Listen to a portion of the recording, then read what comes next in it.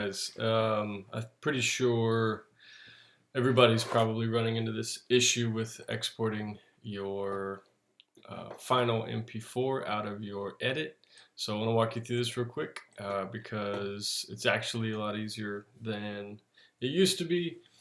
So first, start by selecting all of the pieces on your timeline. So make sure you scale this down or up, depending on how you think about it, so that you can see everything and select it, all the audio and the video pieces. Next, you can go File, Export, Media.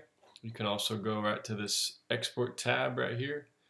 So let's do it this way. Export, oops, make your selection, File, Export Media. And this again just takes us to this tab right here. So what I want to show you is that you can preset some options over here on the left, but keep it as media file. So make sure this one is turned on. Next, rename it. So video edit Lambert. Add your name to it. That would be helpful. You could say tutorial video edit. Make sure the location for where you save it is correct. Again, I like to create a for review folder, _for review, and all of my video edits go here. So make sure if you don't have that, just create a new folder. Click on this, say new folder _for review. Since I already have one, I'm just going to cancel that. Make sure the file format says MP4. And say save. You're not actually saving it yet.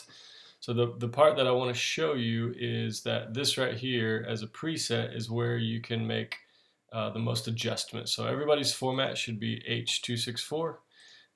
Then for the preset drop down, play with the presets, but I want you to try match source adaptive high, and I want you to watch right here to the estimated file size. So this is 100 meg or 99. Sorry. Adaptive medium is 62 and adaptive low is 30. So in my head, that medium is totally usable for what we need. Make sure the audio is selected here, toggled on or off. Make sure the video is toggled on as well. And once you have that, you can say export. And let's go check it once it comes over here. Let's do D, so it's still saving. I'm going to watch this for review folder and make sure it's coming in.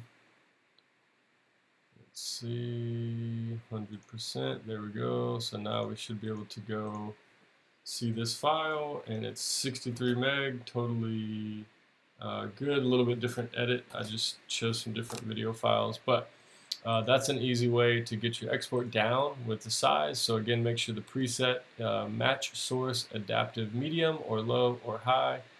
As long as you're kind of under that, I'd say like 80 meg, it's going to be totally usable. All right, thanks guys. Sorry for the confusion.